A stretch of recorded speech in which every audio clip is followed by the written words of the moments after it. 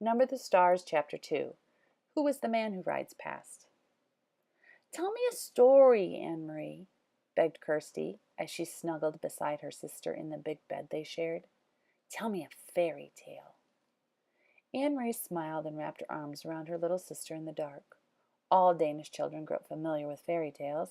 Hans Christian Andersen, the most famous of the tale-tellers, had been Danish himself. Do you want the one about the little mermaid? That one had always been Anne-Marie's own favorite. But Kirsty said no. Tell one that starts with the king and a queen, and they have a beautiful daughter. All right. Once upon a time there was a king, Anne-Marie began. And a queen, whispered Kirsty. Don't forget the queen.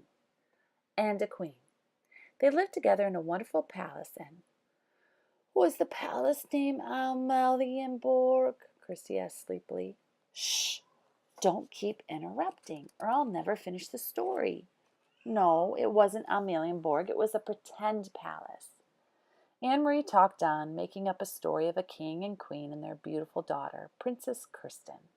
She sprinkled her tale with formal balls, fabulous gold-trimmed gowns, and feasts of pink frosted cupcakes, until Kirsty's deep, even breathing told her that her sister was sound asleep. She stopped, waited for a moment, half expecting Kirsty to murmur, "Then what happened?" But Kirsty was still. Anne-Marie's thoughts turned to the real King Christian X and the real palace, Amalienborg, where he lived, in the center of Copenhagen. How the people of Denmark loved King Christian!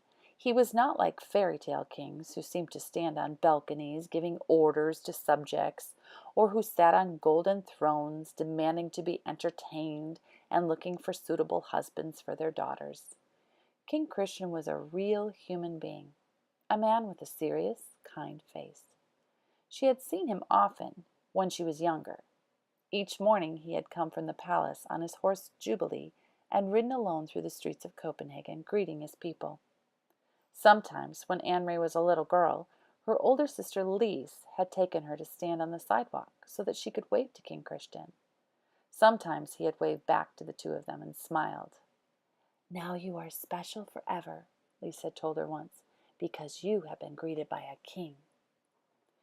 Anne-Marie turned her head on the pillow and stared through the partly opened curtains of the window into the dim September night.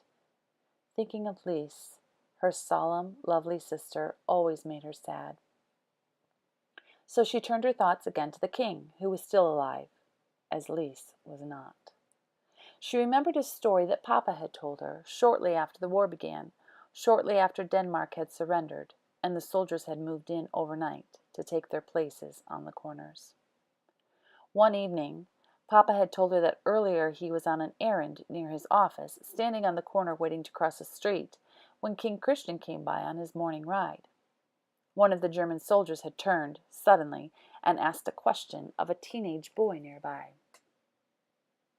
"Who is that man who rides past here every morning on his horse?" the German soldier had asked. Papa said he had smiled to himself, amused that the German soldier did not know. He listened while the boy answered. "He is our king," the boy told the soldier. "He is the King of Denmark." "Where is his bodyguard?" the soldier had asked. "And do you know what the boy said?" Papa had asked Aunt Marie. She was sitting on his lap. She was little then, only 7 years old. She shook her head, waiting to hear the answer. The boy looked right at the soldier, and he said, "All of Denmark is his bodyguard." Anne-Marie had shivered. It sounded like a very brave answer. "Is it true, Papa," she asked, "what the boy said?" Papa thought for a moment.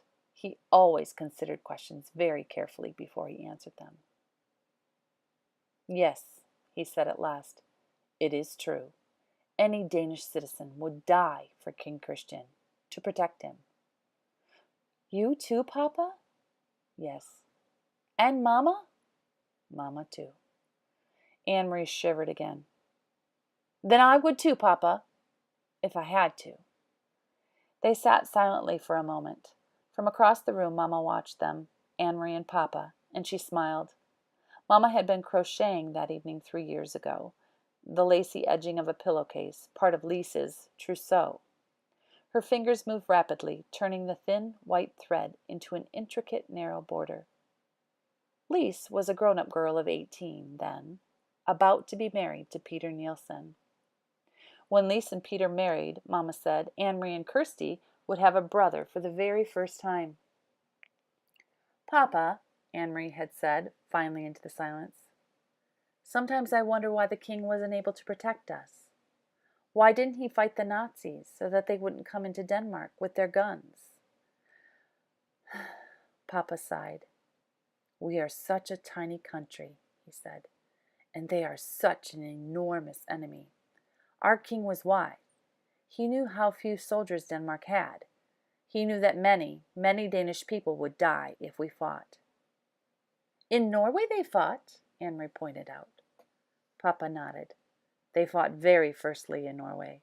They had those huge mountains for the Norwegian soldiers to hide in. Even so, Norway was crushed." In her mind, Anne-Marie had pictured Norway as she remembered it from the map at school, up above Denmark. Norway was pink on the school map. She imagined the pink strip of Norway crushed by a fist. "Are there German soldiers in Norway now, the same as here?" "Yes," Papa said. "In Holland, too," Mama added from across the room. "And Belgium, and France." "But not in Sweden," Anne-Marie announced, proud that she knew so much about the world. Sweden was blue on the map, and she had seen Sweden, even though she had never been there. Standing behind Uncle Henrik's house, north of Copenhagen, she had looked across the water, the part of the North Sea that was called the Kattegat, to the land on the other side. "That is Sweden you are seeing," Uncle Henrik had told her.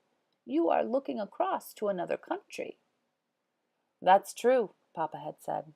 "Sweden is still free." And now, 3 years later, it was still true, but much else had changed. King Christian was getting old, and he had been badly injured last year in a fall from his horse, faithful old Jubilee, who had carried him around Copenhagen so many mornings. For days they thought he would die, and all of Denmark had mourned. But he hadn't. King Christian X was still alive. It was Lise who was not. It was her tall, beautiful sister who had died in an accident 2 weeks before her wedding. In the blue carved trunk in the corner of this bedroom, Anne-Marie could see its shape even in the dark, were folded Lisa's pillowcases with their crocheted edges, her wedding dress with its hand-embroidered neckline, unworn, and the yellow dress that she had worn and danced in, with its full skirt flying at the party celebrating her engagement to Peter. Mama and Papa never spoke of Lise. They never opened the trunk. But Anne-Marie did from time to time when she was alone in the apartment. Alone.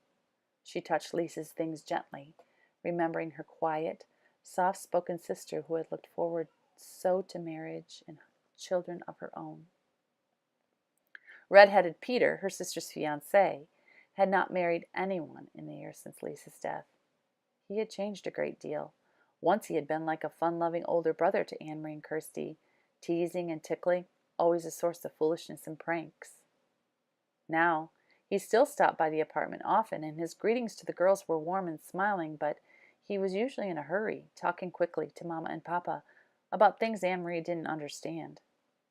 He no longer sang the nonsense songs that had once made Anne-Marie and Kirsty shriek with laughter, and he never lingered any more. Papa had changed too. He seemed much older and very tired, defeated. The whole world had changed. Only the fairy tales remained the same.